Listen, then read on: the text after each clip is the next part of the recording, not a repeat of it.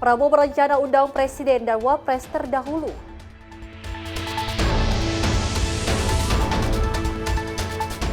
THR karyawan swasta cair paling lambat H-7.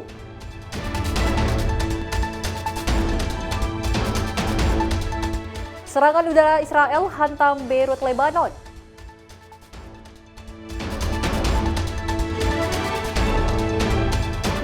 Sadis petani tewas ditembak dan digorok kenalan.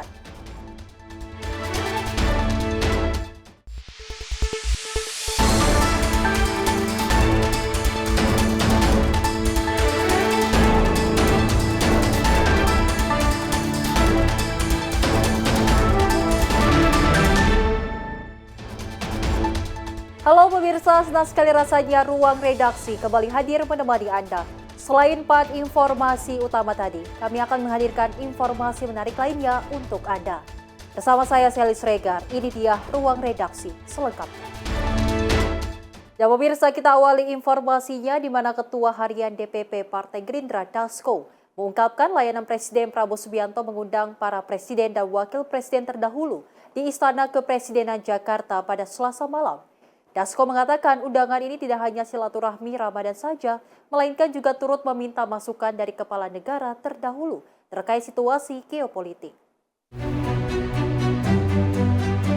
Presiden Prabowo Subianto berencana akan mengundang para presiden dan wakil presiden terdahulu di Istana Kepresidenan Jakarta pada Selasa malam. Ketua Harian DPP Partai Gerindra Dasko mengatakan alasan Presiden Prabowo mengundang pemimpin terdahulu tersebut dalam rangka silaturahmi di bulan suci Ramadan. Dalam pertemuan ini juga, Presiden Prabowo akan memberikan informasi terbaru kepada para seluruh mantan kepala negara hasil dari lawatan ke luar negeri. Selain itu, Presiden Prabowo akan meminta masukan-masukan dari Presiden terdahulu dalam membahas terkait situasi geopolitik saat ini. Yang pertama, undangan itu tentunya soal silaturahmi, apalagi di bulan Ramadan ini. Yang kedua, Pak Presiden ingin memberikan update kepada Presiden terdahulu mengenai situasi geopolitik terbaru pasca Presiden Prabowo kembali dari kunjungan luar negeri. Kemudian yang ketiga tentunya Pak Prabowo ingin juga mendengar masukan dan saran-saran dari Presiden terdahulu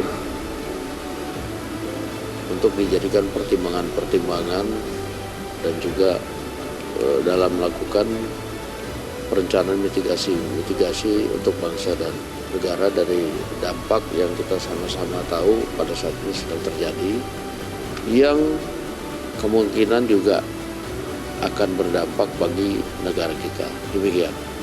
Pak, tapi apakah semua presiden dan wakil presiden terdahulu diundang atau seperti apa ya Pak? Semua mantan presiden atau presiden terdahulu diundang. Tapi saya tidak dalam posisi mengetahui konfirmasi siapa yang bisa hadir dan siapa yang belum bisa hadir.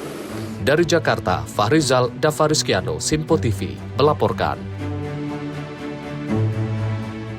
Dari Menteri Pekerjaan Umum Republik Indonesia Dodi Hanggodo meninjau langsung kondisi ruas Jalan Nasional Pantura pada Sabtu 28 Februari 2026. Peninjauan dilakukan dari Karawang hingga Pemalang untuk memastikan penanganan titik-titik kerusakan berjalan optimal menjelang arus mudik dan balik lebaran.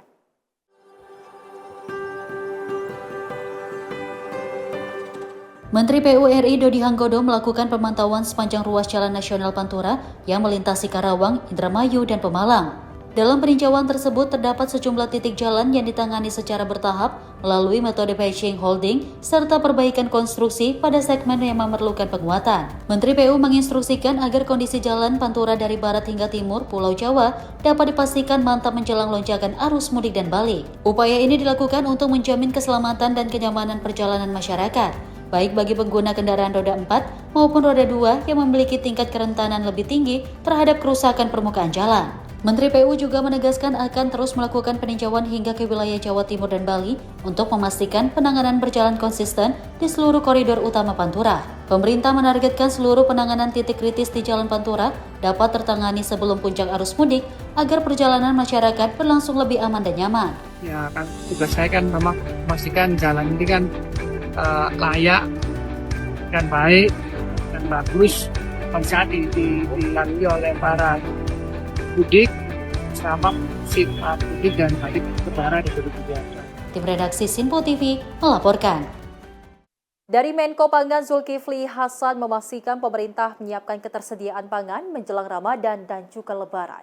Pemerintah juga fokus menjaga harga tetap stabil agar kebutuhan masyarakat terpenuhi. Menjelang Ramadan dan Lebaran, pemerintah meningkatkan kesiapan untuk menjaga ketersediaan pangan. Presiden Prabowo Subianto menerima Menteri Koordinator Bidang Pangan Zulkifli Hasan di Istana Merdeka, Jakarta pada Senin 2 Maret 2026. Pertemuan membahas langkah menjaga stabilitas pasokan dan harga bahan pokok bagi masyarakat. Menko Pangan Zulkifli Hasan menyampaikan Presiden menekankan pentingnya memastikan ketersediaan dan keterjangkauan bahan pokok. Ia akan melakukan pemantauan langsung di lapangan untuk memastikan berbagai program prioritas berjalan sesuai rencana. Ya, kita memastikan bulan puasa mau Lebaran ini harus stok pangan dimonitor secara ketat. Saya diperintah untuk keliling ya, memastikan pangan, MBG, Kopdes, kemudian pengelolaan sampah berlangsung dengan baik. Dan tentu sembako puasa dan Lebaran ini harus tersedia, terjangkau, ya, dan harga tidak boleh naik. Pemerintah menegaskan distribusi pangan harus lancar dan harga tetap stabil sehingga kebutuhan masyarakat di seluruh Indonesia terpenuhi.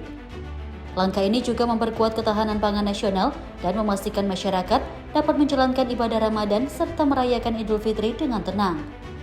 Tim redaksi Sinpo TV melaporkan. Sementara itu dari Komisi 3 DPR menggelar rapat dengar pendapat bersama Kapolres Kabupaten Sukabumi beserta keluarga almarhum Nizam yang merupakan korban dari kekerasan ibu tirinya di Kompleks Parlemen Senayan, Jakarta. Rapat ini pemirsa dalam rangka untuk menindaklanjuti perihal adanya beberapa kejanggalan dalam kematian Nizam tersebut. Hal terpenting yang menjadi pertanyaan publik yang disampaikan kepada Komisi 3 DPR RI saat ini adalah sudah berapa lama kekerasan dan penyiksaan yang dialami oleh almarhum sebelum akhirnya meninggal dunia. Seorang bocah asal Sukabumi, Jawa Barat, Nizam Safei, meninggal dunia setelah dianiaya oleh ibu tirinya. Namun dalam kematian Nizam tersebut kini masih menyisakan tanda tanya yang disebut-sebut adanya kejanggalan. Menindaklanjuti hal itu, Komisi 3 DPR menggelar rapat dengar pendapat bersama Kapolres Kabupaten Sukabumi beserta keluarga almarhum Nizam di Kompleks Parlemen Senayan, Jakarta. Ketua Komisi 3 DPR Habibur Rahman memastikan RDP ini untuk memastikan bahwa kasus Nizam telah berdasarkan hukum yang berlaku serta memberikan keadilan. Dilaksanakan bukan untuk mengintervensi jalannya penyidikan, tetapi untuk memastikan agar pengusutan kasus wafatnya Nizam Safei benar-benar sesuai dengan hukum yang berlaku berdasarkan fakta-fakta yang ada, sehingga almarhum bisa benar-benar mendapatkan keadilan. Hal terpenting yang menjadi pertanyaan publik yang disampaikan kepada Komisi 3 DPR RI saat ini adalah sudah berapa lama kekerasan dan penyiksaan yang dialami oleh almarhum sebelum akhirnya meninggal dunia.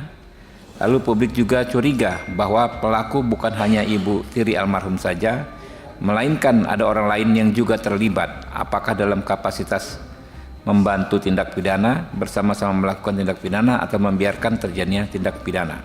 Dari Jakarta, Fahrizal Ahmad Amin, Sinpo TV, melaporkan.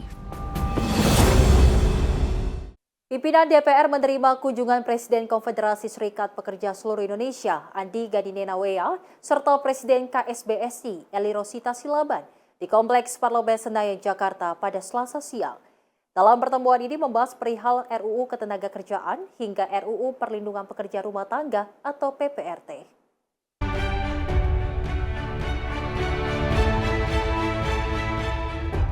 Presiden Konfederasi Serikat Pekerja Seluruh Indonesia Andi Gani Nenawea dan Presiden Konfederasi Serikat Buruh Seluruh Indonesia Eli Rosita Silaban menyambangi pimpinan DPR di Kompleks Parlemen Senayan, Jakarta.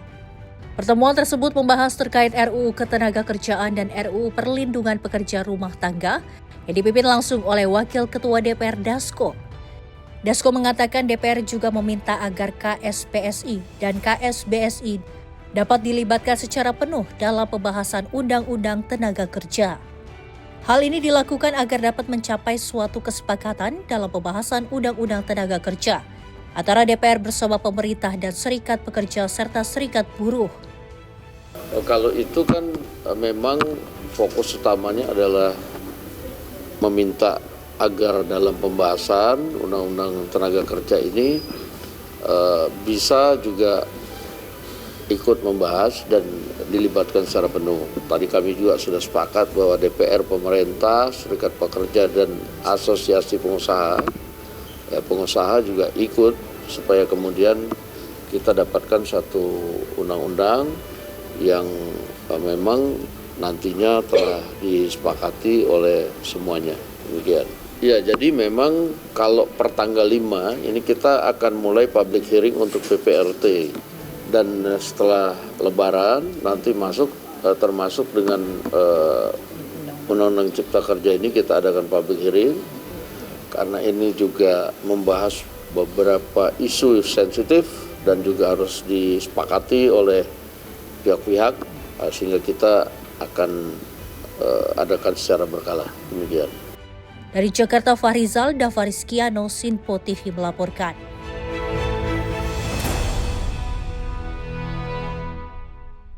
Pemirsa, penasihat khusus Presiden Bidang Politik dan Keamanan Wiranto mengenang sosok Wakil Presiden ke-6 Republik Indonesia, Tri Sutrisno, sebagai prajurit sejati dan negarawan paripurna. Almarhum menjadi teladan saat menjadi prajurit maupun saat mengemban amanah sebagai pejabat negara.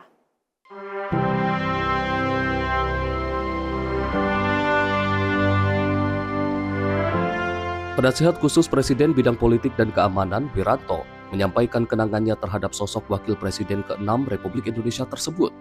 Wiranto menyebut, Tri Sutrisno adalah prajurit sejati yang mengabdi sejak Letnan 2 hingga mencapai pangkat Jenderal Bintang 4. Menurutnya dalam setiap penugasan, almarhum selalu menunjukkan kesungguhan, ketekunan, dan komitmen untuk membela nusa dan bangsa. Wiranto juga menilai Tri Sutrisno merupakan sosok yang sederhana, patuh pada konstitusi, serta konsisten memperjuangkan kebenaran. Baginya, sikap dan pengabdian Tri Sutrisno patut menjadi teladan bagi para prajurit maupun pejabat negara. Sebagai prajurit, saya kira beliau adalah prajurit sejati ya. Yang sejak Letnan 2 sampai Bintang 4 tidak pernah berhenti untuk berjuang, memperjuangkan keyakinan beliau membela nusa dan bangsanya. Beliau selalu berhasil dalam misi yang diembannya. Ada kesungguhan, ada ketekunan terhadap apa yang ditugaskan kepada beliau. Beliau merupakan prajurit yang saya kira sangat luar biasa dalam pengabdiannya. Tanpa pamrih, tak kenal lelah. Saya mengikuti perjuangan beliau ya, dari beliau masih menjadi Pangdam sampai Panglima ABRI. Saya terus ya dekat dengan beliau, melihat dari kejauhan dan dari kedekatan apa yang beliau lakukan. Dan sebagai negarawan, saya kira beliau negarawan yang paripurna ya. Dari Jakarta, Jihan Nabila, Mutia Anggiani, Sinpo TV, melaporkan. Kita beralih ke informasi lainnya, pemirsa, di mana pembangunan jembatan Bailey di Desa Lukup, Sabun Barat, Kecamatan Kute Panang, Kabupaten Aceh Tengah, terus dikebut. Jembatan ini dibangun untuk menyambungkan kembali akses vital antar desa yang selama ini kerap terhambat saat musim hujan.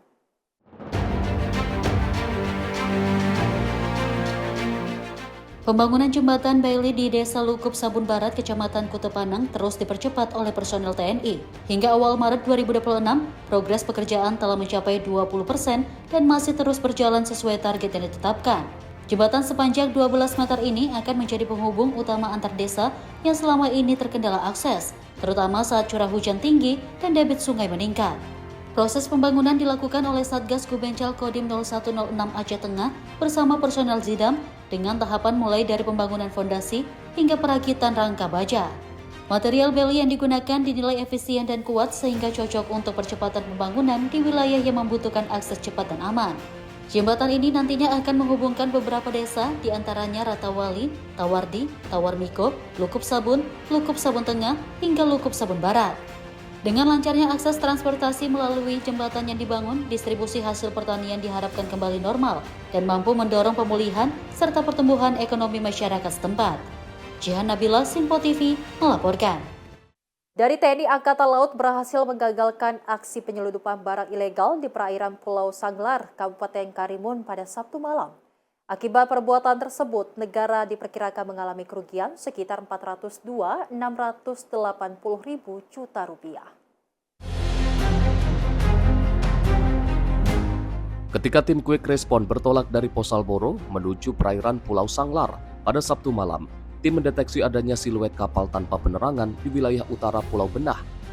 Menindaklanjuti temuan tersebut, tim segera melaksanakan prosedur pengejaran, penangkapan, dan penyelidikan atau JARKAPLID.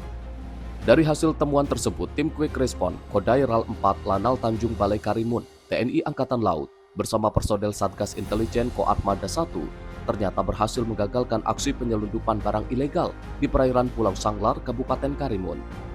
Dalam operasi tersebut, petugas mengamankan satu unit kapal jenis pompong tanpa nama yang kedapatan membawa muatan 75 koli sepatu bekas atau sekitar 4.566 pasang, 211.460 batang rokok non-cukai, 9 buah karpet, serta barang pribadi, 3 tas ransel, dan 3 unit handphone. 3 orang tersangka berinisial I, A, dan C turut diamankan, dan melalui keterangan awal, kapal tersebut berangkat dari kawasan Jembatan 5 Barelang, Batam, dan direncanakan melakukan ship-to-ship di perairan Pulau Muda, Sungai Kampar Riau. Saat ini ketiganya ditahan di Makolanal Tanjung Balai Karimun beserta barang bukti untuk proses hukum lebih lanjut. Akibat perbuatan tersebut, negara diperkirakan mengalami kerugian sekitar Rp402.680.000 dan proses hukum selanjutnya akan dilimpahkan kepada KPPBC tipe Madya B. Tim redaksi Simpo TV melaporkan.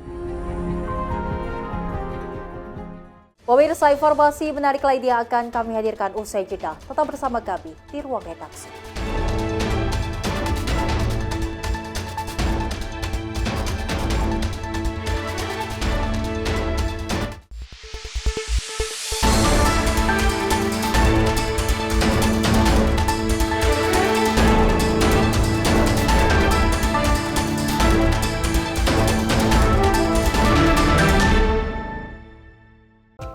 Horas Maju Medan.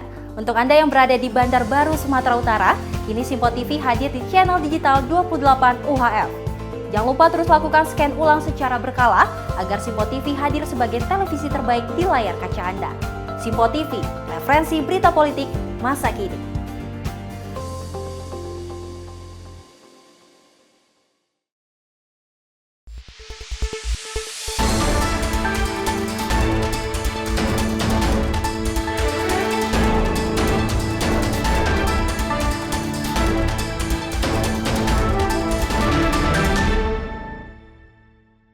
Terima kasih pemirsa, Anda masih menyaksikan Ruang Redaksi, di mana Komisi Perlindungan Anak Indonesia mengungkapkan bahwa kematian Nizam Safei bukan hanya dianiaya oleh ibu tirinya, melainkan ayah kandung diduga turut terlibat melakukan kekerasan.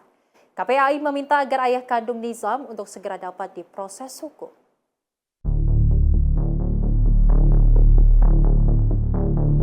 Komisioner Komisi Perlindungan Anak Indonesia Diah Puspitarini menjelaskan bahwa ayah kandung Nizam Safei kuat juga terindikasi atas insiden kematian anaknya.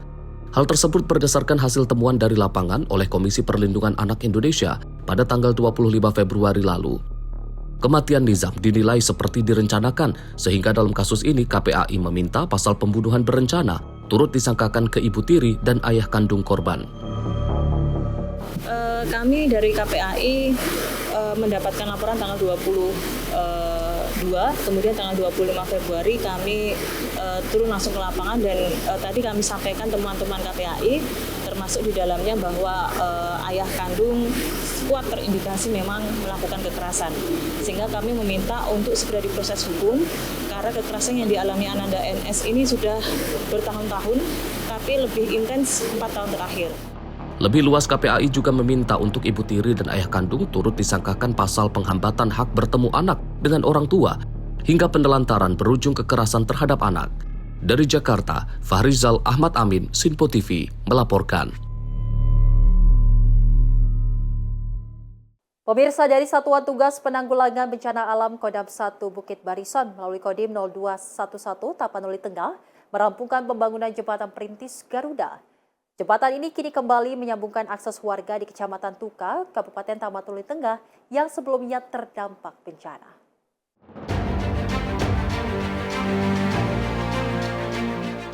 Jembatan perintis Garuda yang menghubungkan lingkungan 1 Kelurahan Bonalumban dengan lingkungan 3 Kelurahan Tuka resmi rampung dibangun. Jembatan sepanjang 50 meter dengan lebar 1,2 meter ini menjadi akses vital bagi masyarakat untuk menunjang mobilitas dan aktivitas sehari-hari. Dengan selesainya pembangunan, akses warga yang sempat terganggu akibat bencana kini kembali lancar dan aman untuk dilalui. Pekerjaan dilaksanakan secara terpadu sebagai bagian dari percepatan pemulihan infrastruktur pasca bencana. Tahapan pembangunan meliputi pembuatan dan pengecoran fondasi, perakitan rangka baja dan besi cor, penyelesaian drainase, pengecatan papan lantai, hingga pemasangan pagar dan pintu masuk jembatan. Pembangunan jembatan tersebut turut melibatkan sinergi lintas satuan, di antaranya Kodim 0211 Tapanuli Tengah, Koramil 03 Pandan, Pusat Jadi Angkatan Darat, Yon TP 906 Sanalenggam, dan Aranut 11 Wirabuana Yuda. Rampungnya jembatan perintis Garuda disambut syukur oleh warga setempat. Mereka menyampaikan terima kasih kepada Presiden Prabowo dan kerja keras TNI Angkatan Darat yang telah membantu memulihkan akses penghubung antar lingkungan. Bagi warga, kehadiran jembatan ini sangat membantu terutama untuk beraktivitas sehari-hari, mulai dari bekerja, bersekolah, hingga mengangkut hasil usaha. Kami dari masyarakat Kelurahan Tuka dan Bonalumban mengucapkan banyak terima kasih kepada Bapak Prabowo Subianto, Presiden Republik Indonesia, Bapak Kasat TNI Angkatan Darat, Bapak Maruli Simanjuntak, dan secara umum kepada seluruh TNI yang telah membantu kami sampai dengan saat ini pasca bencana, khususnya yang telah membangun kepada kami Rambin Perintis Garuda yang telah menghubungkan 2 kelurahan antara Kelurahan Tuka dan Bonalumban sehingga akses transportasi kami saat ini sudah mudah. Jihan Nabila, Sinpo TV, melaporkan. Dodi Hanggodo meninjau langsung proyek perbaikan jalan nasional di Kecamatan Kemang, Kabupaten Bogor, Jawa Barat. Peninjauan ini merupakan bagian dari agenda pemantauan infrastruktur di Pulau Jawa dengan target betonisasi sepanjang 300 meter rampung sebelum Idul Fitri. Peninjauan dilakukan di Kecamatan Kemang, Kabupaten Bogor, Jawa Barat. Dalam kegiatan tersebut, Dodi Hanggodo didampingi Camat Kemang, Imam Mahmudi bersama unsur Forkopimcam. Pemerintah memastikan proyek perbaikan jalan nasional ini berjalan sesuai rencana agar manfaat dapat segera dirasakan masyarakat, terutama menjelang arus mudik Lebaran. Fokus utama pekerjaan saat ini adalah betonisasi jalan sepanjang 300 meter yang ditargetkan selesai sebelum Idul Fitri, guna mengantisipasi lonjakan volume kendaraan. Setelah periode Lebaran, pekerjaan akan dilanjutkan secara bertahap hingga seluruh ruas yang direncanakan tuntas demi meningkatkan kenyamanan dan keselamatan pengguna jalan. Pemerintah berkomitmen mengawal setiap tahapan proyek infrastruktur jalan nasional di kawasan Kemang semakin baik dan aman bagi masyarakat. Tim redaksi Sinpo TV melaporkan. Sementara itu, pemirsa, dari Kementerian Pendidikan Tinggi, Sains dan Teknologi menaikkan batas usia maksimal dosen untuk bisa mengambil tugas belajar menjadi 53 tahun untuk dosen tanpa tugas jabatan. Hal ini ditetapkan melalui Permendikti Saintek nomor 4 tahun 2026 tentang pengelolaan tugas belajar PNS. Kementerian Pendidikan Tinggi, Sains dan Teknologi resmi merombak aturan main pengembangan karir aparatur negara pada awal Maret 2026 ini. Melalui Permendikti Saintek nomor 4 tahun 2026, pemerintah menetapkan mekanisme terbaru bagi PNS di lingkungan pendidikan tinggi. Kabar baiknya, batas usia maksimal dosen kini dinaikkan secara progresif menjadi 53 tahun Bagi yang tidak memangku jabatan fungsional tinggi dan meroket hingga 57 tahun bagi dosen dengan tugas dan jabatan tertentu. Menurutnya, peningkatan batas usia sebagai dukungan pengembangan karir dosen sekaligus mengakui proses pembelajaran dan penguatan kompetensi tidak berhenti pada usia tertentu. Khusus bagi dosen, kami menghadirkan kebijakan yang lebih progresif dan adaptif. Batas usia maksimal yang sebelumnya 51 tahun, kini ditingkatkan menjadi 53 tahun untuk dosen tanpa tugas jabatan, dan 57 tahun untuk dosen dengan tugas jabatan. Ini adalah bentuk keberpihakan terhadap pengembangan karir dosen yang berkelanjutan, sekaligus pengakuan bahwa proses pembelajaran dan penguatan kompetensi tidak berhenti pada usia tertentu. Tim redaksi Sinpo TV melaporkan. Dari Presiden Konfederasi Serikat Pekerja Seluruh Indonesia, Andi Gani Nenawea, menyampaikan dukungan penuh terhadap seluruh program Presiden Prabowo Subianto. Dukungan tersebut dilakukan karena pihaknya meyakini Presiden Prabowo Subianto juga turut berpihak pada serikat buruh. Konfederasi Serikat Pekerja Seluruh Indonesia menyampaikan dukungan penuh terhadap seluruh program Presiden Prabowo Subianto. Hal tersebut disampaikan langsung oleh Presiden KSPSI, Andi Gani Nenawea, usai melakukan pertemuan dengan Wakil Ketua DPR Dasko di Kompleks Parlemen Senayan, Jakarta. Andi Gani mengatakan pihaknya mengapresiasi sekaligus berterima kasih terhadap Presiden Prabowo yang dinilai setiap kebijakan bersandar kepada kepentingan rakyat. Dirinya juga mengungkapkan bahwa Presiden Prabowo sering berkomunikasi secara informal dengan serikat buruh. Dalam komunikasi itu, Prabowo selalu bersikap terbuka dalam menerima masukan dari serikat buruh. Jadi kami KSPSI tentu bersama KSPI Said Iqbal menyampaikan dukungan penuh kepada Presiden Prabowo Subianto untuk tetap teguh melaksanakan sebuah program yang pro rakyat, yang kami yakin betul Pak Presiden punya keberpihakan sangat-sangat kuat. Karena pertama kali dalam sejarah gerakan buruh, beliaulah yang pertama kali mau hadir dalam acara May Day dan akan dilanjutkan tahun ini, dan kami tentu akan tetap mendukung dan menjaga beliau. Itu janji kami dari Konfederasi Buruh Besar, dan juga banyak teman-teman media tidak tahu bahwa Pak Presiden sering berkomunikasi secara informal dengan kami dan sangat terbuka dan sangat egaliter. Jadi kami bisa menyampaikan secara terbuka dan banyak publik yang tidak tahu bahwa kami melakukan komunikasi langsung dalam mencakap masalah, dan beliau merespon dengan sungguh sangat cepat dan penuh perhatian terhadap buruh Indonesia. Terima kasih. Dari Jakarta, Farizal Davarizkiano, Sinpo TV melaporkan. Menteri Koordinator Bidang Pangan mengunjungi peternak ayam mandiri dan memberikan apresiasi atas peran strategis mereka dalam mendukung program makan bergizi gratis. Melalui produksi ayam dan telur, para peternak dinilai menjadi pilar penting dalam menjaga ketersediaan protein bagi anak-anak Indonesia demi terwujudnya sumber daya manusia yang sehat dan berdaya saing.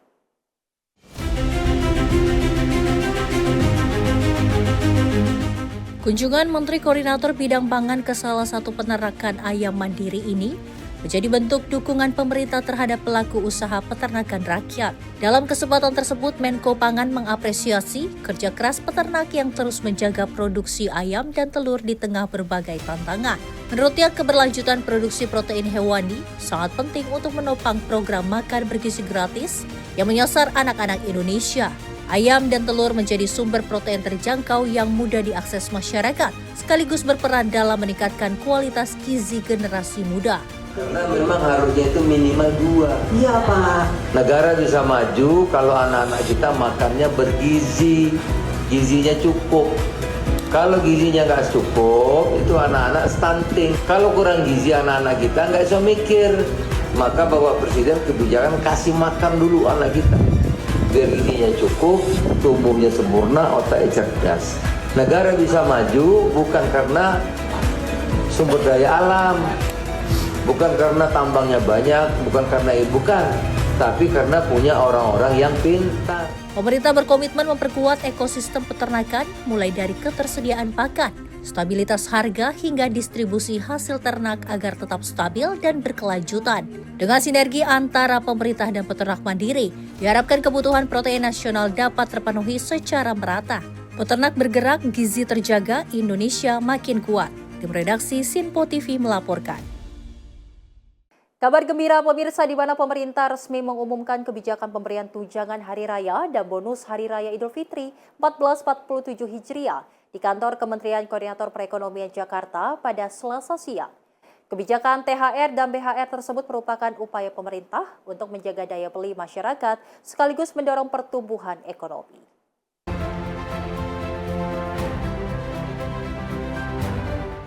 Menteri Koordinator Bidang Perekonomian Airlangga Hartarto mengumumkan paket stimulus ekonomi lanjutan atau THR dan BHR Hari Raya Idul Fitri 1447 Hijriah sesuai arahan Presiden Prabowo Subianto.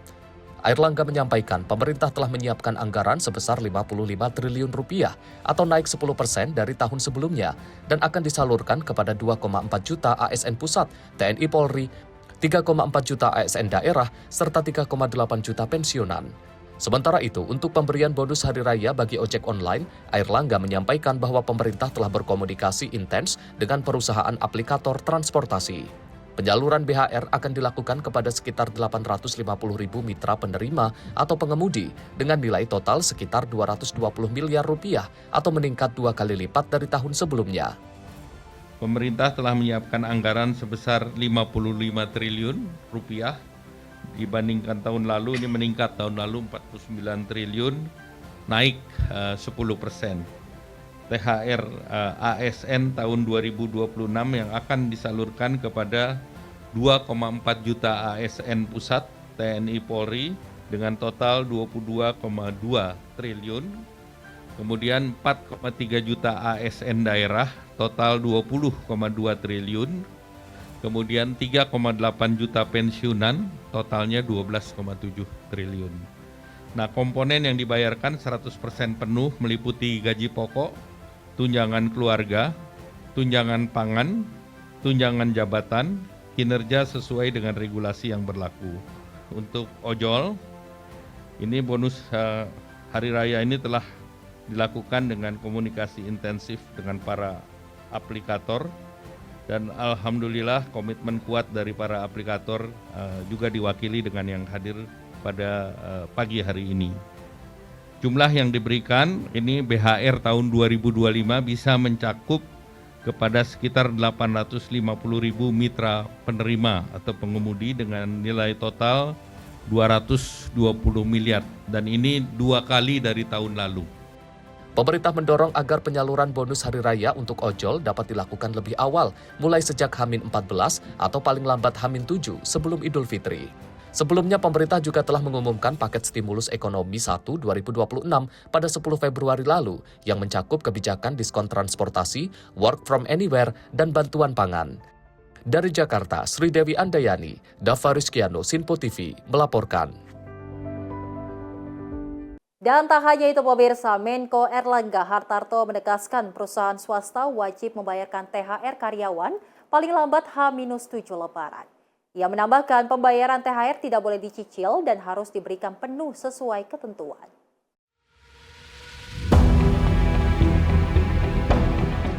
Pemerintah mengingatkan perusahaan swasta untuk membayarkan tunjangan Hari Raya paling lambat 7 hari sebelum Lebaran 2026.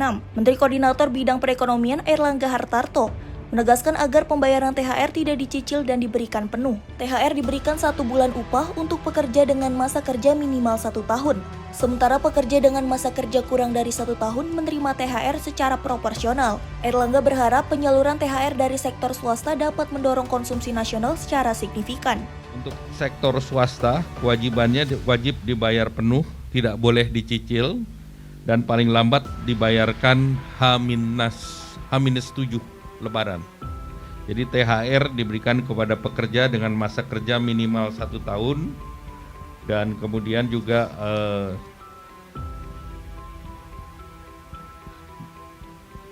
jumlahnya minimal jumlahnya adalah 1 bulan upah. Sedangkan pekerja dengan masa kurang 1 tahun diberikan secara proporsional. Nah, ini tentu setiap perusahaan akan bervariasi. Menteri Ketenagakerjaan Yasirli Rahman menambahkan bahwa pihaknya telah mengeluarkan surat edaran terkait pelaksanaan THR tahun 2026. Ia mengimbau perusahaan untuk mempercepat pembayaran THR agar hak pekerja terpenuhi tepat waktu. Berdasarkan data BPJS Ketenagakerjaan, terdapat 26,5 juta pekerja penerima upah, sehingga total THR sektor swasta diperkirakan mencapai 24 triliun. Kedua menteri menegaskan, pentingnya kepatuhan perusahaan terhadap ketentuan ini, demi kesejahteraan pekerja dan stabilitas ekonomi menjelang Hari Raya. Tim redaksi Sinpo TV melaporkan. Memasuki pekan kedua bulan Ramadan, harga daging sapi di pasar tradisional Ciawi, Kabupaten Bogor, Jawa Barat terus mengalami peningkatan. Peningkatan hingga menembus Rp140.000 per kilogramnya.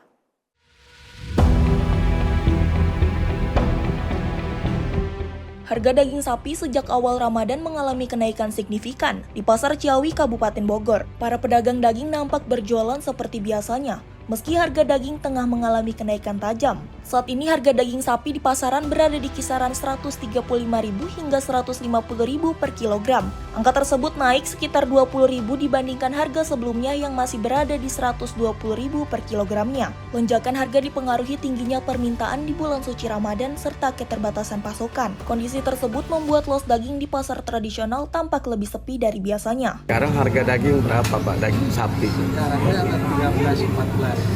13.14 140 dan 130. 135 antara 114 140. Awal puasa naik sedikit. Ngalamin kenaikan. Berdampak nggak Pak dengan omset ini? Omset ya turun. Omset parah. Dibandingin dulu gitu kan.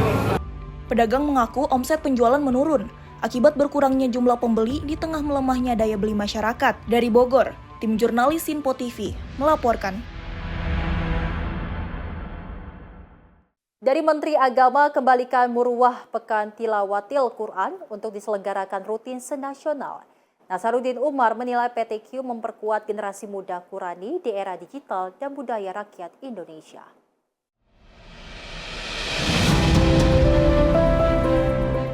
Pekan Tilawatil Quran ke-55 di 2026.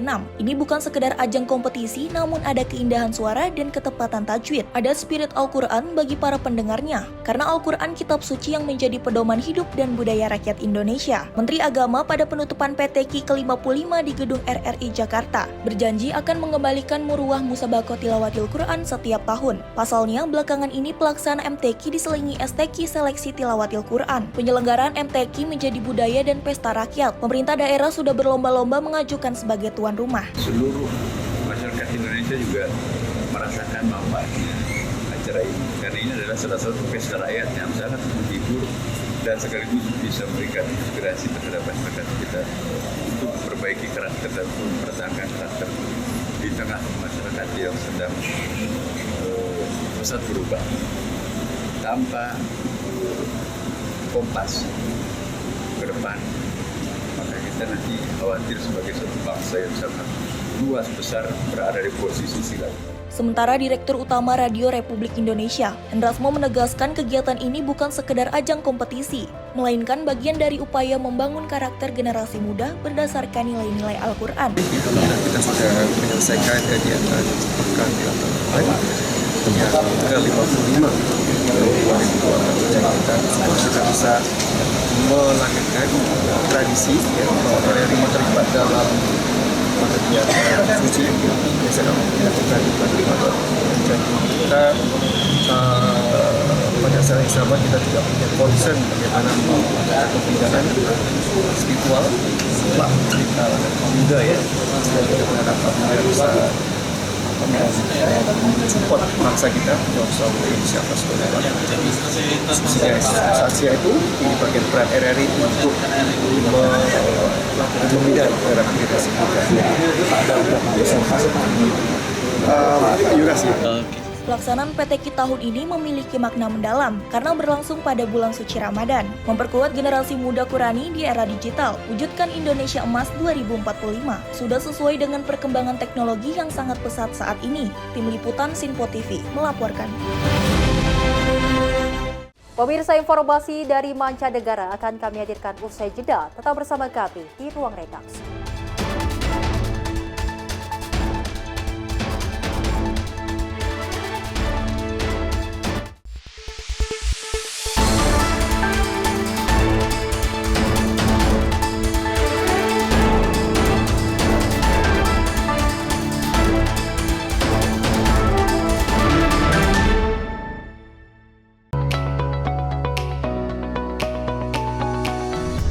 Kami hadir menyapa malam Anda dengan sajian yang menarik dan ulasan yang mendalam sepanjang hari. Akhiri aktivitas Anda dengan berbagai perkembangan peristiwa yang terjadi sepanjang hari. Disajikan secara lugas dan berkualitas sebagai refleksi perjalanan hari Anda. Sepanjang hari, berbagai informasi penting nasional dan mancanegara terus bergerak dan berkembang. Kami merangkum untuk Anda sebagai ikhtisar akhir hari dalam Menyapa Indonesia Malam setiap Senin hingga Jumat hanya di Sinpo TV.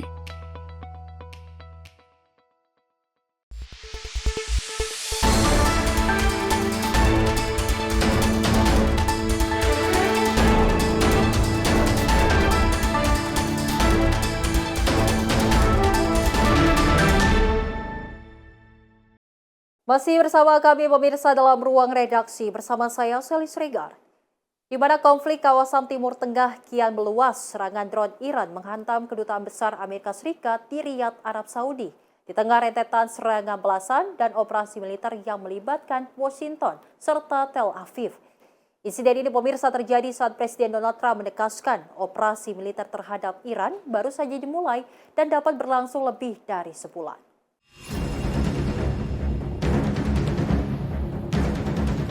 Kementerian Pertahanan Arab Saudi menyatakan 2 drone Iran menghantam area United States Embassy in Riyadh pada Selasa dini hari. Serangan menyebabkan kebakaran dan kerusakan ringan di area tersebut. Pihak kedutaan menghimbau warga Amerika untuk menjauhi kawasan tersebut demi keamanan. Insiden ini terjadi saat Presiden Donald Trump menegaskan operasi militer terhadap Iran baru saja dimulai dan dapat berlangsung lebih dari sebulan. Amerika Serikat dan Israel terus melancarkan serangan udara ke target-target strategis militer Iran. Sementara itu di wilayah Lebanon, militer Israel meningkatkan operasi militer terhadap kelompok Hezbollah. Ledakan terdengar di pinggiran selatan Beirut dengan puluhan korban dilaporkan tewas dan luka. Tentara Lebanon disebut menarik sejumlah pasukan dari posisi perbatasan dan melakukan perpindahan. Iran juga dilaporkan menargetkan fasilitas energi di wilayah Qatar dan Saudi, serta menyerang kapal-kapal tanker di Selat Hormuz. Seorang pejabat Iran menyatakan selat tersebut ditutup dan mengancam kapal yang melintas. Langkah ini memicu lonjakan harga minyak dan gas global. Di tengah eskalasi yang meningkat, Kementerian Luar Negeri Amerika Serikat memerintahkan evakuasi personel non-darat dari sejumlah negara Teluk. Konflik yang semakin meluas ini memunculkan kekhawatiran akan perang berkepanjangan dengan dampak global yang semakin luas. Tim redaksi Sinpo TV melaporkan. Pemimpin tertinggi Republik Islam Iran Ayatollah Ali Khamenei dilaporkan meninggal dunia di usia 86 tahun. Media dalam negeri Iran mengumumkan kematiannya pada Minggu menyusul serangan gabungan besar-besaran yang diklaim dilancarkan oleh Amerika Serikat dan juga Israel.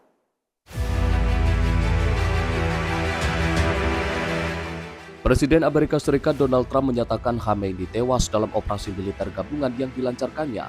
Serangan tersebut terjadi di tengah eskalasi konflik terkait program nuklir Iran. Khamenei memimpin Republik Islam Iran sejak tahun 1989, menggantikan pendahulunya Ruhollah Khomeini, tokoh revolusi yang menggulingkan Shah Iran pada 1979. Selama lebih dari 3 dekade, ia memperkuat kekuasaan klerikal dan memperbesar peran Korps Garda Revolusi sebagai penopang utama rezim. Di bawah kepemimpinannya, Iran terlibat konfrontasi terbuka dengan Israel dan Amerika Serikat, serta memperluas pengaruhnya melalui jaringan kelompok proksi di kawasan Timur Tengah. Di dalam negeri, pemerintahannya diwarnai gelombang protes besar yang terjadi, termasuk demonstrasi 2022 menyusul kematian Mahsa Amini. Aparat keamanan melakukan penindakan keras yang menelan ribuan korban jiwa, menurut kelompok aktivis.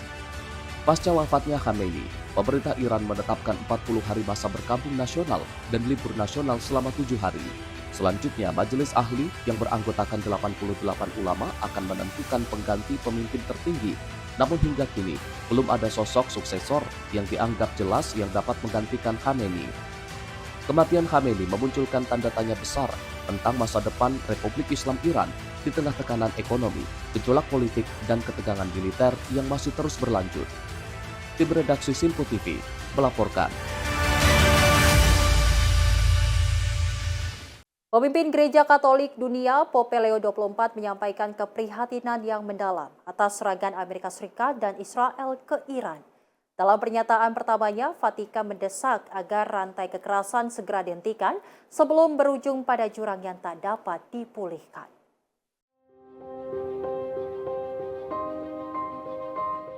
Seruan datang dari Vatikan. Pope Leo XIV menyebut dirinya sangat prihatin atas perkembangan terkini di Timur Tengah. Ia mengingatkan penggunaan senjata hanya akan menaburkan kehancuran, penderitaan, dan kematian, serta tidak akan pernah menghadirkan perdamaian yang sejati. Dalam reaksi resmi pertama Tahta Suci atas serangan tersebut, Paus menyerukan agar semua pihak menahan diri dan segera kembali ke meja perundingan.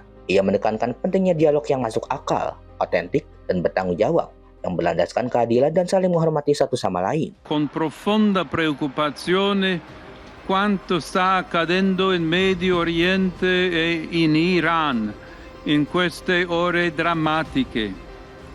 La stabilità e la pace non si costruiscono con minacce reciproche né con le armi che seminano distruzione, dolore e morte, ma solo attraverso un dialogo ragionevole, autentico e responsabile. Dinanzi alla possibilità di una... Seruan ini muncul di tengah memanasnya konflik antara Iran dan Israel yang melibatkan Amerika Serikat dan menimbulkan kekhawatiran akan meluasnya konfrontasi di kawasan Timur Tengah serta global. Komunitas internasional pun terus mendorong penghentian kekerasan dan langkah deeskalasi. Vatikan menegaskan perdamaian hanya dapat dicapai melalui komitmen bersama untuk menghindari kekerasan berkepanjangan. Menurut Tahta Suci, jalur diplomasi dan kemanusiaan harus menjadi prioritas agar dunia tidak terjerumus ke dalam krisis yang lebih dalam dan sulit dipulihkan. Tim redaksi Sinpo TV melaporkan. Sementara itu, pemirsa, Presiden Amerika Serikat Donald Trump menolak kritik yang meningkat terkait keputusannya melancarkan perang melawan Iran di tengah meluasnya konflik dan meningkatnya ketegangan di Timur Tengah. Donald Trump menegaskan langkah militer terhadap Iran diperlukan demi menjaga keamanan Amerika Serikat. Meski menuai kritik dari kalangan politik oposisi maupun pendukung gerakan Make America Great Again atau MAGA, kritik muncul seiring meluasnya konflik, kenaikan harga energi global, serta bertambahnya korban jiwa di kawasan Timur Tengah. Trump juga tidak menutup kemungkinan pengerahan pasukan darat Amerika Serikat dengan menyatakan opsi tersebut dapat digunakan jika diperlukan. The regime's conventional ballistic missile program was growing rapidly and dramatically, and this posed a very clear, colossal threat to America and our forces stationed overseas. This was our last best chance to strike what we're doing right now and eliminate the intolerable threats posed by this sick and sinister regime. Di saat yang sama, Israel dan kelompok Hizbullah di Lebanon saling melancarkan serangan, membuka front baru dalam konflik regional. Sejumlah sekutu Trump menyatakan kekhawatiran bahwa perang ini berpotensi menjerumuskan Amerika Serikat ke dalam konflik berkepanjangan di Timur Tengah. Meski demikian, Trump menyatakan operasi militer gabungan Amerika Serikat dan Israel berjalan lebih cepat dari target dan diperkirakan mencapai tujuan dalam 4 hingga 5 pekan ke depan. Militer Amerika Serikat juga memperkirakan akan terdapat tambahan korban jiwa setelah 6 personel dilaporkan tewas dalam serangan balasan Iran di kawasan tersebut. Hingga kini, pemerintah Amerika Serikat belum menjelaskan siapa yang akan memimpin Iran pasca tewasnya pemimpin tertinggi Ayatollah Ali Khamenei dalam awal konflik tersebut. Tim redaksi Sinpo TV melaporkan.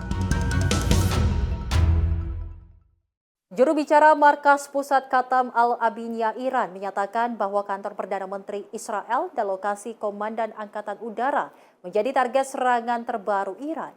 Pernyataan ini disampaikan di tengah eskalasi tajam dan juga konflik setelah serangan gabungan Amerika Serikat dan Israel yang menewaskan pemimpin tertinggi Iran.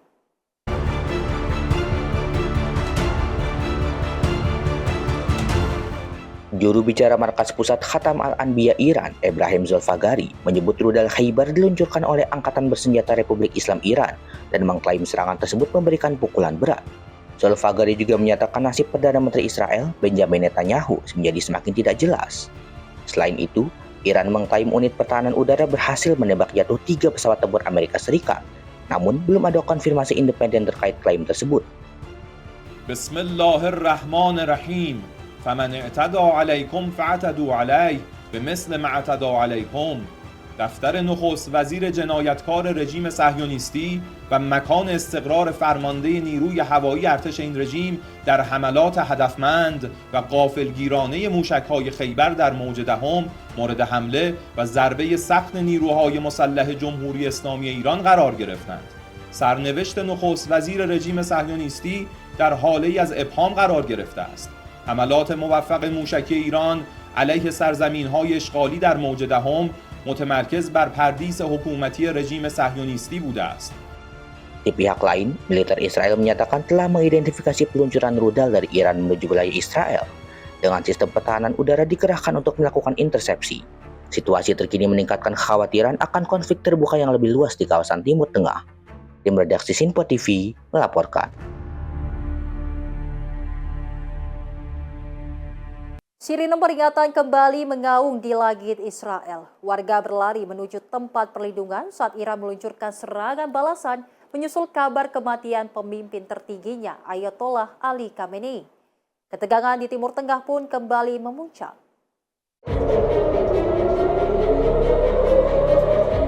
Menurut laporan media setempat, Angkatan Bersenjata Iran telah meluncurkan salvo rudal dan serangan balasan yang memaksa warga di berbagai kota Israel untuk bersembunyi di bawah tanah atau di tempat pengungsian saat pengumuman kematian pemimpin Iran disiarkan.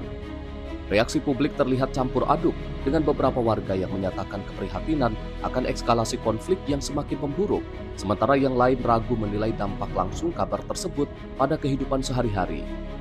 Pemerintah Israel saat ini sedang berhati-hati dan meningkatkan kehadiran keamanan di titik-titik kritis sampai kondisi lebih jelas. Kabar wafatnya Ayatollah Khamenei telah memicu balasan rudal dari Iran ke target-target di Israel dan negara Teluk Arab lainnya, menyebabkan warga harus masuk ke dalam shelter pengungsian untuk mencari keselamatan. Para pengamat dan analisis mengamati, meski reaksi awal tersebut didominasi oleh kekhawatiran terhadap eskalasi militer, publik Israel juga sedang menunggu kejelasan lebih lanjut dari pemerintah mengenai langkah selanjutnya yang akan diambil. Tim redaksi Sinpo TV melaporkan.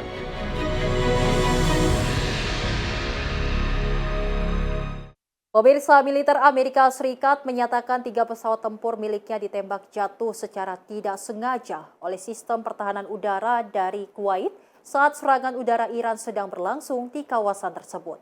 Insiden terjadi ketika pesawat Iran, rudal, serta drone melancarkan serangan ke wilayah operasi militer Amerika Serikat.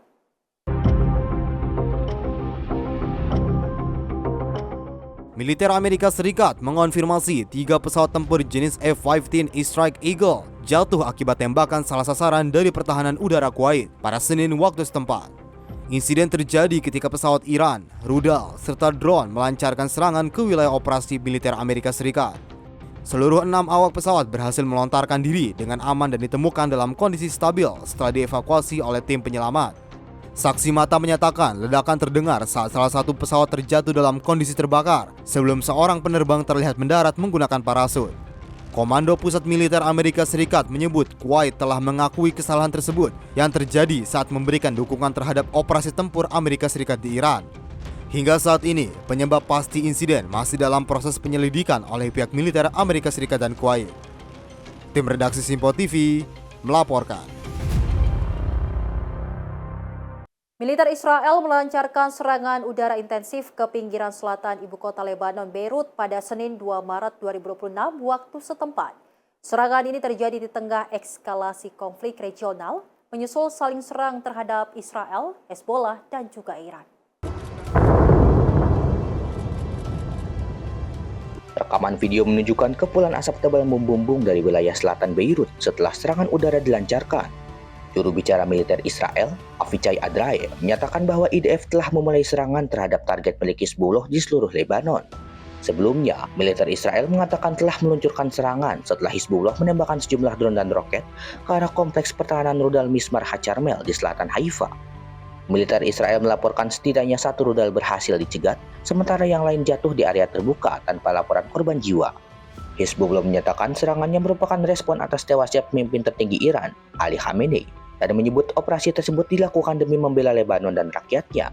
Kondisi di perbatasan Israel dan Lebanon terus dipantau seiring kekhawatiran akan meluasnya konflik di Timur Tengah. Tim redaksi Sinpo TV melaporkan. Informasi lainnya pemirsa, di mana Komando Pusat Militer Amerika Serikat United States Central Command atau CENTCOM merilis rekaman terbaru yang diklaim menunjukkan serangan presisi terhadap infrastruktur milik militer Iran.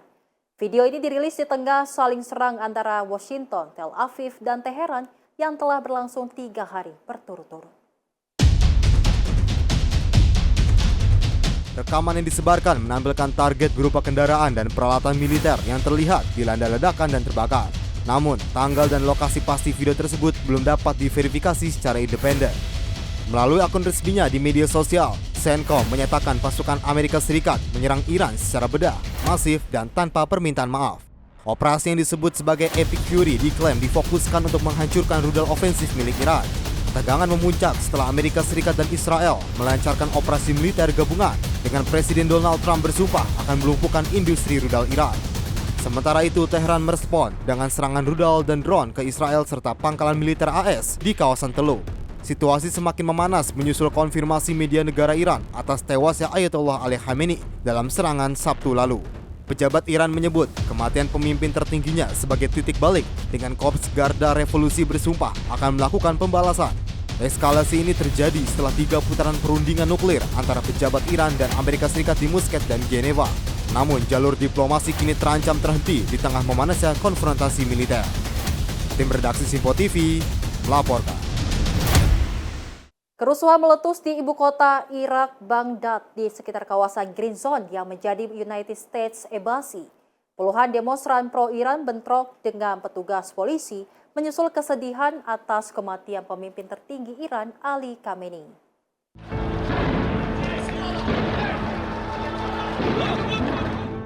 Rekaman video dan laporan media setempat menunjukkan puluhan demonstran berkerumun di jalan menuju Green Zone, menyanyikan yel-yel anti-Amerika dan anti-Israel.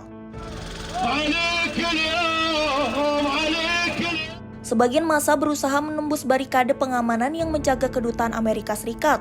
Petugas polisi terlihat menembakkan gas air mata dan meledakkan mercon ke arah massa untuk mengendalikan situasi.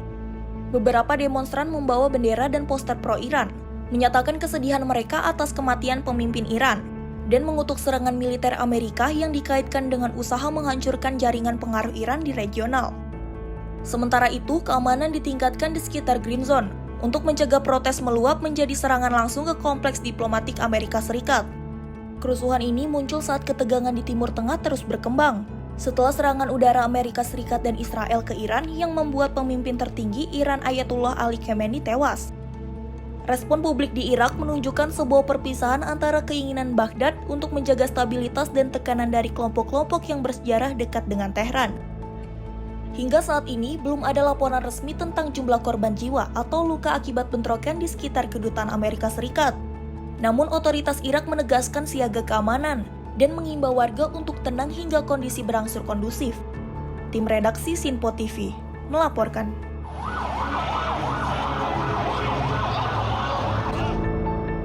Dari kota Dubai yang selama ini dikenal sebagai pusat bisnis dan destinasi aman di Timur Tengah, saat ini diguncang ledakan menyusul serangan rudal dan drone Iran ke Uni Emirat Arab. Serangan ini menggoyahkan citra Dubai sebagai surga bebas pajak dan tempat berlindung yang aman bagi warga asing.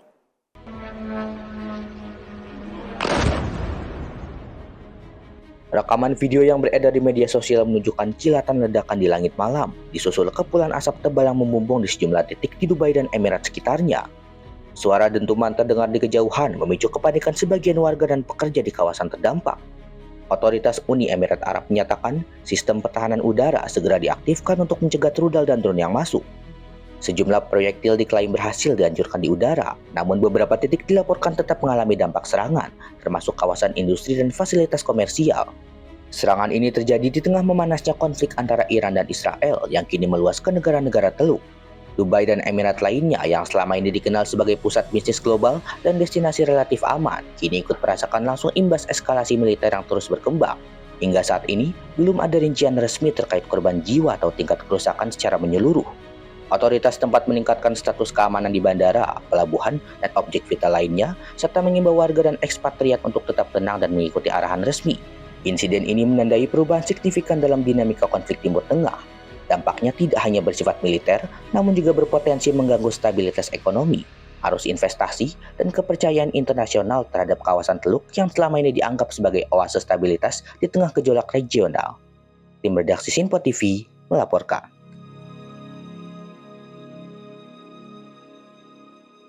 Pemirsa, informasi terkait peristiwa akan kami hadirkan usai jeda. Tetap bersama kami di Ruang Redaksi.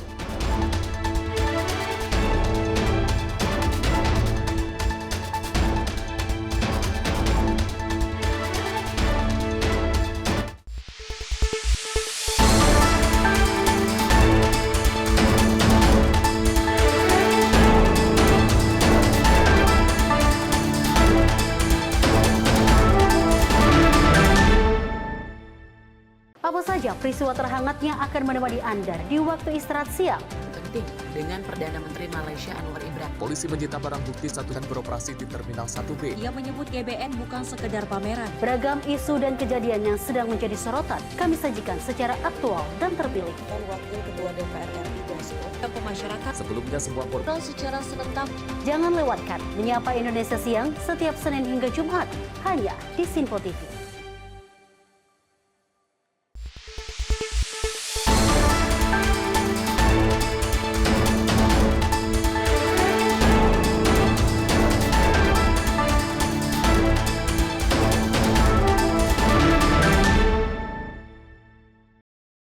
Kembali bersama kami pemirsa dalam Ruang Redaksi. Informasi kita lanjutkan. Di mana petugas pemadam kebakaran Kabupaten Kulon Progo berhasil mengevakuasi ular hijau yang bersembunyi di salah satu warung mie ayam di Desa Bendungan Wates, Kabupaten Kulon Progo. Ular sepanjang 2 meter ini sempat dikejar warga hingga bersembunyi di bawah rak kompor warung.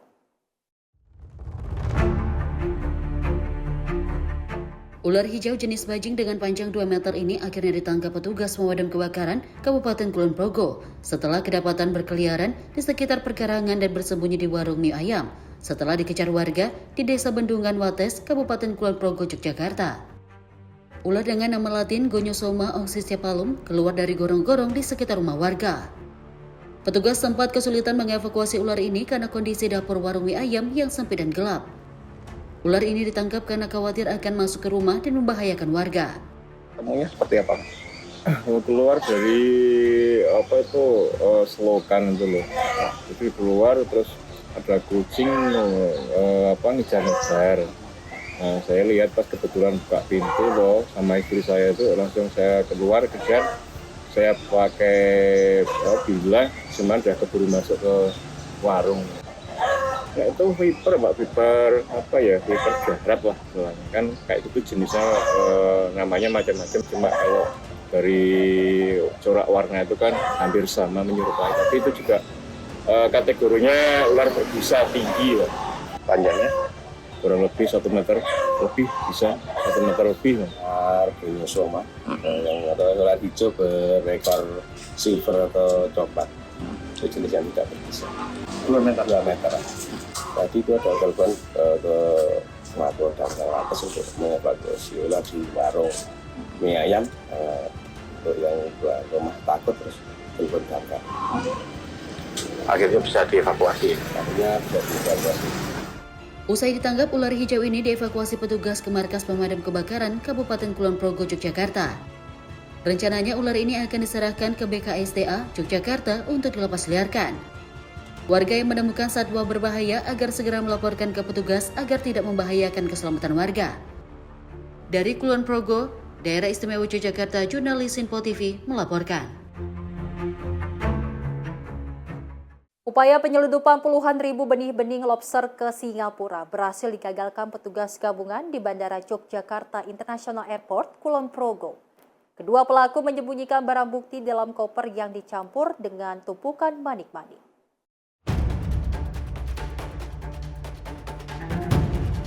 Lebih dari 54.000 ekor benih-benih lobster berhasil disita petugas gabungan di Bandara Yogyakarta International Airport. Rencananya, komoditas bernilai tinggi ini akan dikirim secara ilegal ke Singapura. Pengungkapan bermula saat petugas Afsek Bandara YIA melakukan pemeriksaan barang bawaan penumpang melalui mesin X-ray. Petugas mencurigai 2 koper tujuan Singapura yang ternyata berisi puluhan ribu BBL tanpa dokumen resmi. Petugas mengamankan 2 orang terduga kurir berinisial AW, warga Tanjung Pinang, dan HK, warga Cianjur. Dari hasil interogasi, keduanya mengaku diupah 7 juta rupiah untuk membawa benih lobster ke Singapura. Akibat upaya penyelundupan ini, kerugian negara ditaksir mencapai 1,3 miliar rupiah. Bersama Bandara Afsek berhasil menggagalkan 54.000 benih masker, saya kira tanpa dokumen resmi di Bandara Internasional di Batam atau Jakarta Islam Airport pada hari Minggu 1 Maret 2026. Adapun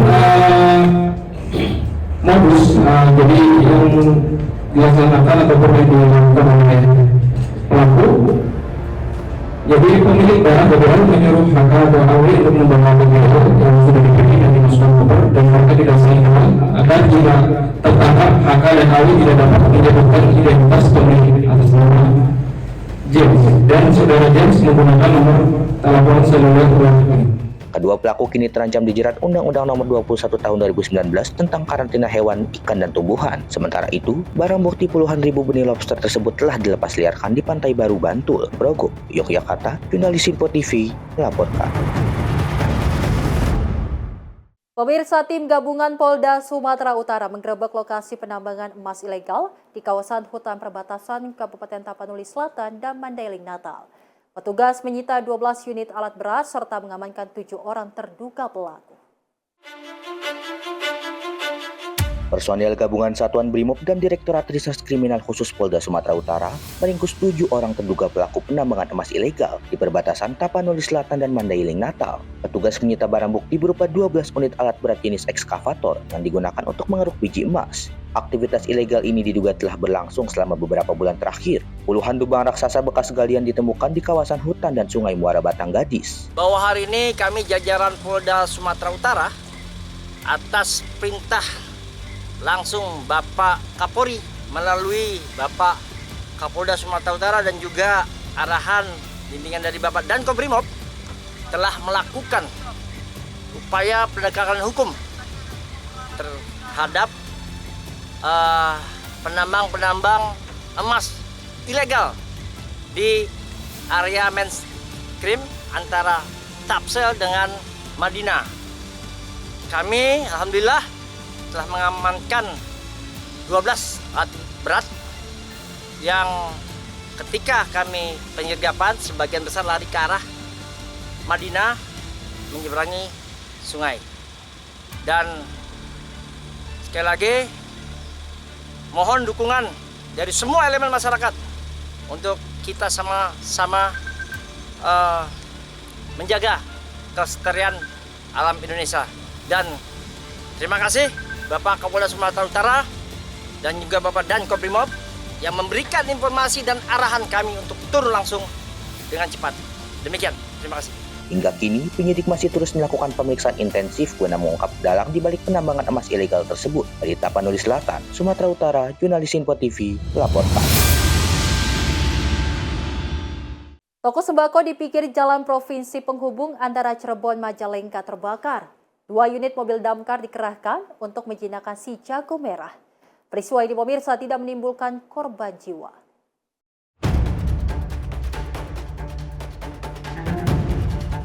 Dua unit mobil pemadam kebakaran dikerahkan untuk menjinakkan si jago merah yang membakar toko sembako di Desa Lewilaja, Kecamatan Sindangwangi, Kabupaten Majalengka pada Senin siang 2 Maret 2026 sekitar pukul 12.15 waktu Indonesia Barat. Kepulan asap terlihat dari radius 2 km membumbung tinggi, membuat kepanikan warga terdekat, terutama di samping toko yang merupakan dapur MBG. Suasana arus lalu lintas sempat ramai karena letak toko berada di pinggir jalan provinsi penghubung antara Kabupaten Cirebon dan Majalengka. Berkat kesigapan petugas damkar, api dapat dijinakkan 30 menit kemudian setelah mobil pemadam kebakaran yang melaju dari arah Kabupaten Majalengka didatangkan. Petugas PK Damkar Majalengka Ilvan Januar mengatakan api dapat dipadamkan 30 menit kemudian. Kuat dugaan kebakaran dari korsleting listrik. Telah terjadi kebakaran sebuah toko di Desa Lewilaja, Kecamatan Sindangwangi. Kami mendapatkan laporan pada pukul 12.15. Kami menurunkan 2 unit armada pemadam kebakaran serta personil. Api dapat dipadamkan 30 menit kemudian. Dalam peristiwa tersebut tidak ada korban jiwa, namun kerugian ditaksir mencapai ratusan juta. Dugaan sementara penyebab kebakaran disebabkan oleh korsleting listrik. Pemilik toko Rina mengaku kerugian yang timbul akibat kebakaran ini sekitar 500 juta rupiah. Dari Majalengka, Jawa Barat, Jurnalis Info TV melaporkan.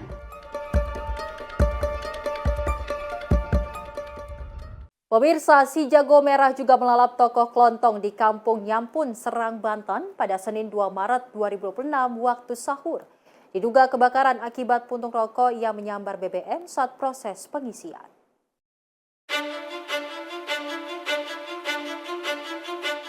Video amatir warga merekam detik-detik si jago merah melalap habis toko kelontong di Kampung Nyampun, Desa Pasir Limus, Kecamatan Pamarayan, Serang, Banten.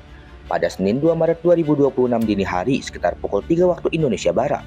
Warga yang tengah bersiap untuk sahur seketika berhamburan keluar rumah usai melihat api dengan cepat membesar dari bagian depan toko. Kebakaran diduga kuat akibat puntung rokok yang masih menyala yang dengan cepat menyambar uap bahan bakar hingga menimbulkan ledakan kecil dan kebakaran hebat. 1 unit mobil pemadam kebakaran dari Pos Jawilan diterjunkan ke lokasi untuk menjinakkan api.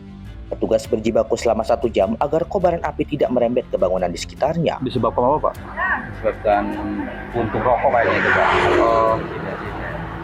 Ini toko Madura, Pak? Iya, Madura. Ya. Kebakaran jam berapa, Pak? Sekitar jam setengah 3. Setengah 3. Ada korban nggak, Pak? Korban nggak ada korban.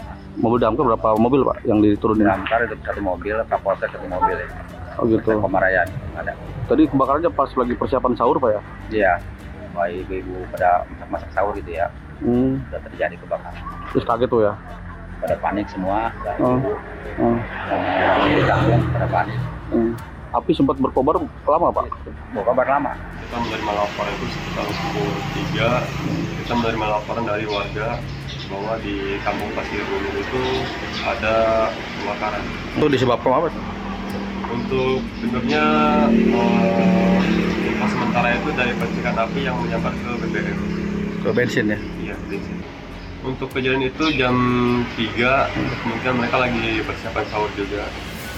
Korban jiwa alhamdulillah tidak ada, dan luka bakar juga alhamdulillah tidak. Selain kebakaran apa aja yang terbakar? Ya, di dalam itu ada 1 unit sepeda motor, kemudian ya barang-barang yang ada di dalam kelompok itu aja yang semua terbakar. Meski tidak ada korban jiwa, namun seluruh isi toko dan bangunan tidak dapat diselamatkan. Akibatnya, pemilik toko mengalami kerugian material yang ditaksir mencapai puluhan juta rupiah. Dari Serang, Banten, jurnalis Info TV melaporkan. Sementara itu, pemirsa, tim unit 4 Subdit 3 Jatantras Polda Sumatera Selatan meringkus seorang bandit spesialis pencurian motor lintas wilayah. Tersangka diketahui telah beraksi di 15 lokasi berbeda di wilayah Palembang dan Banyuasin. Tim Jatantras Polda Sumatera Selatan meringkus seorang warga Kabupaten Banyuasin berinisial S yang menjadi tersangka aksi pencurian sepeda motor beberapa bulan terakhir. Dalam menjalankan aksinya, tersangka S dibantu oleh 2 rekannya berinisial K dan L. Komplotan ini dikenal licin dan kerap berpindah-pindah wilayah usai menggasak motor milik korban. Polisi menyebut tersangka telah terlibat dalam 15 laporan kepolisian. Sejumlah barang bukti berhasil disita petugas, mulai dari rekaman CCTV, 1 unit sepeda motor hasil curian, hingga pakaian yang digunakan tersangka. Kepada rekan wartawan ataupun media, pada hari Sabtu dini hari, Subdit 3 Jatantras Ditreskrim Polda Sumsel unit 4 itu berhasil mengamankan 1 orang pelaku diduga yaitu melakukan pencurian dengan pemberatan ataupun dengan bahasa trennya sekarang ini adalah curanmor, yang mana pelaku beroperasi di lintas kabupaten, bahkan kemungkinan lagi kita kembangkan untuk lintas provinsinya, yang mana pelaku saat ini berdasarkan hasil keterangan yang didapat oleh penyidik itu sudah melakukan sebanyak 15 kali TKP, namun yang berhasil ditemukan LP-nya saat ini baru 5 dari LP yang sudah didata saat ini. Tersangka kini mendekam di sel tahanan Mapolda Sumatera Selatan dan dijerat pasal 367 KUHP. Sementara itu, petugas masih terus memburu 2 pelaku lainnya yang ditetapkan dalam daftar pencarian orang. Dari Palembang, Sumatera Selatan, jurnalis Info TV melaporkan. Polisi meringkus seorang pria spesialis penipuan lintas wilayah dengan modus kurir paket COD di Sulawesi Selatan. Pelaku yang kerap beraksi di wilayah Maros, Makassar hingga Goa ini teridentifikasi dari rekaman CCTV yang sempat viral di media sosial. Inilah rekaman kamera pengawas saat pelaku melancarkan aksi penipuan di salah satu tempat usaha laundry di Kecamatan Sombaupu, Kabupaten Goa dengan modus mengantarkan paket COD fiktif. Berbekal rekaman ini, tim Resmob Satreskrim Polres Goa dibantu unit Resmob Polda Sulawesi Selatan berhasil meringkus pelaku berinisial AP, 38 tahun, di persembunyiannya di Kelurahan Pandang, Kecamatan Panakukang, Makassar. Proses penangkapan berlangsung dramatis karena pelaku sempat mengelak dan menolak dibawa ke kantor polisi. Namun, ia akhirnya pasrah setelah polisi mencocokkan ciri-ciri fisiknya dengan rekaman CCTV di lokasi kejadian. Di hadapan penyidik, AP mengakui telah beraksi sedikitnya 6 kali di wilayah Kabupaten Goa. Modusnya selalu sama, yakni mengantar paket yang tidak pernah dipesan oleh korban dan meminta pembayaran tunai. Pengungkapan perkara tindak pidana penipuan yang terjadi di beberapa titik di wilayah hukum Polres Goa, dan juga setelah kami lakukan penyelidikan, ternyata pelaku juga melakukan aksinya di beberapa titik lokasi di wilayah hukum Polres Tabes Makassar, kemudian ada juga di wilayah hukum Polres Maros.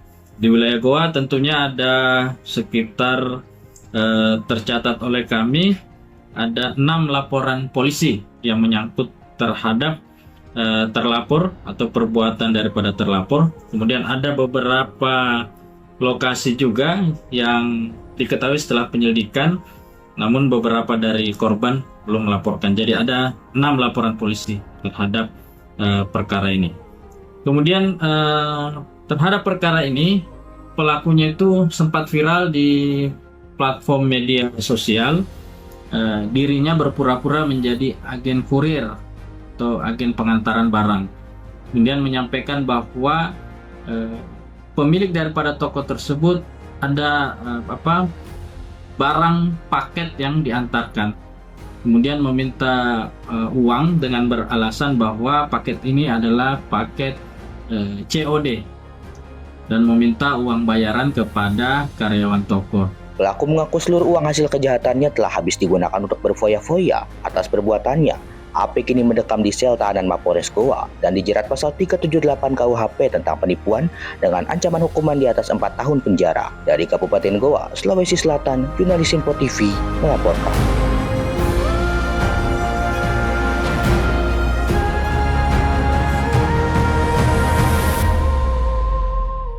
Dari seorang petani ditemukan tewas menggenaskan di area perkebunan kopi dengan kondisi leher nyaris putus.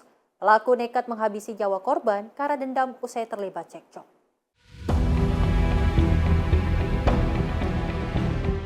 Warga Pokon Jagaraga, Kecamatan Sukau, Lampung Barat, dikejutkan dengan penemuan jasad di area perkebunan kopi. Korban ditemukan dalam kondisi tidak bernyawa dengan luka gorokan di bagian leher. Penyelidikan Satreskrim Polres Lampung Barat berhasil mengungkap identitas pelaku. Tersangka yang sempat kabur ke Sumatera Selatan akhirnya menyerahkan diri kepada pihak kepolisian. Tersangka mengaku menembak kepala korban menggunakan senapan angin saat korban berada di kebun sebelum akhirnya menggorok leher korban. Aksi ini dipicu dendam karena tersangka mengaku pernah diancam oleh korban. Identitas tersangka, di mana tersangka ini inisialnya MA. Jadi MA ini ternyata warga Prabuli di di Sumatera Selatan. Jadi kenapa dia di sini? Ternyata dia juga punya kebun di wilayah itu berdekatan. Sehingga kita identifikasi dari hasil keterangan para saksi yang ada di lokasi, ya kita bisa mengidentifikasi tersangka MA ini. Dan kami tim segera menutup ruang gerak dari tersangka ini sehingga akhirnya berhasil kita amankan. Walaupun pada saat itu dia sudah lari ke Sumatera Selatan sana. Bukan ini karena saya pernah mau dibunuh oleh si korban yang pada saat itu saya sering berkebunan di depan pondok korban yang jalannya hanya jalan tikus, tidak bisa ada kelewatan, hanya satu motor. Lalu korban menghadang saya dengan mesin kebas hingga 1 jengkal lagi di depan leher saya. Untung saja rem motor saya itu akurat bagus dan saya langsung berteriak histeris karena ingin mati kan. Setelah dibiarkan korban ini melonjak seenaknya aja sehingga pernah terjadi keributan. Si korban juga tidak mengakui apa yang telah korban lakukan kepada saya sehingga datanglah waktunya Kesabaran saya sudah habis. Saya menghampiri ke korban yang sedang bernafas, lalu saya tembakkan ke kepala korban dan saya pancung korban dan saya gorok korban dan saya tinggal pergi. Guna mempertanggungjawabkan perbuatannya, tersangka kini mendekam di sel tahanan Mapolres Lampung Barat. Ia dijerat dengan pasal pembunuhan berencana dengan ancaman maksimal hukuman mati atau penjara seumur hidup. Dari Lampung, jurnalis Info TV melaporkan. Perampokan sadis menyasar salah satu rumah mewah di kawasan Pondok Gede, Kota Bekasi, Jawa Barat pada Senin 2 Maret 2026. Akibat perampokan ini, seorang pria lansia ditemukan tewas, sementara istri korban dalam kondisi kritis usai dianiaya oleh pelaku.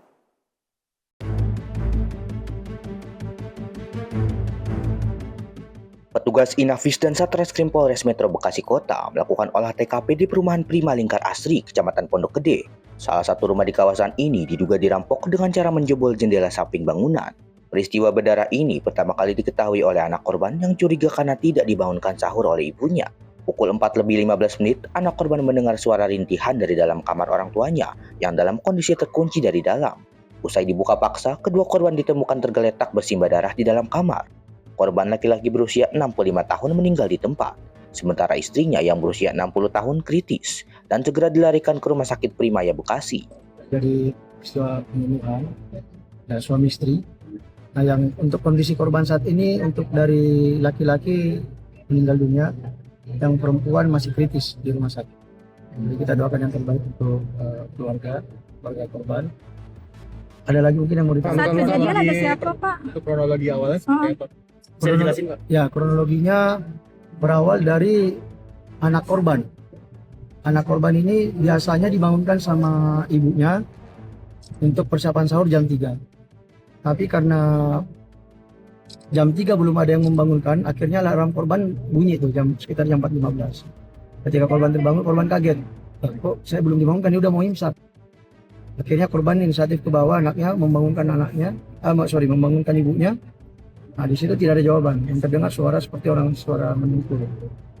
Nah, korban kaget, panik, kemudian meminta tolong keluar warga, tapi nggak ada siapa-siapa di sini, sehingga korban menghubungi keluarganya. Kemudian keluarganya datang dan dilakukan kaca dibuka paksa jadi. Nah, situ dilihatlah korban sudah tergeletak kedua-duanya. Kondisinya seperti apa, Pak? Lukanya di mana, Pak? Nah, untuk saat ini sementara dari dokter rumah sakit, pukulan benda tumpul di belakang kepala. Ada berapa luka, Pak? Ada barang yang hilang untuk saat ini gelang, masih kami data juga gelang, kunci mobil.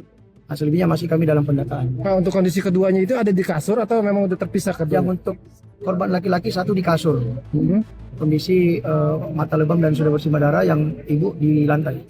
Meninggalnya di rumah bapaknya, Pak? Yang laki-laki meninggalnya di tempat, yang ibu masih kritis dan dioperasi. Masih kritis. Pak, lukanya bersama. Pak, lukanya berapa ini, Pak? Pintu kamar berarti dalam keadaan terkunci atau bagaimana, Pak? Pintu kamar dikunci, jadi korban kebiasaan mengunci kamar. Bang, ini ada dugaan perampokan berarti ya, Bang? Atau apa? Masih dalam lidik, Pak. Kami belum bisa menyimpulkan saat ini, masih dalam proses penyelidikan. Sejumlah barang bukti termasuk kasur yang berlumur darah diamankan petugas. Polisi kini masih melakukan pendataan terkait barang berharga lain yang hilang serta memburu komplotan pelaku. Dari Bekasi, Jawa Barat, jurnalis Info TV melaporkan.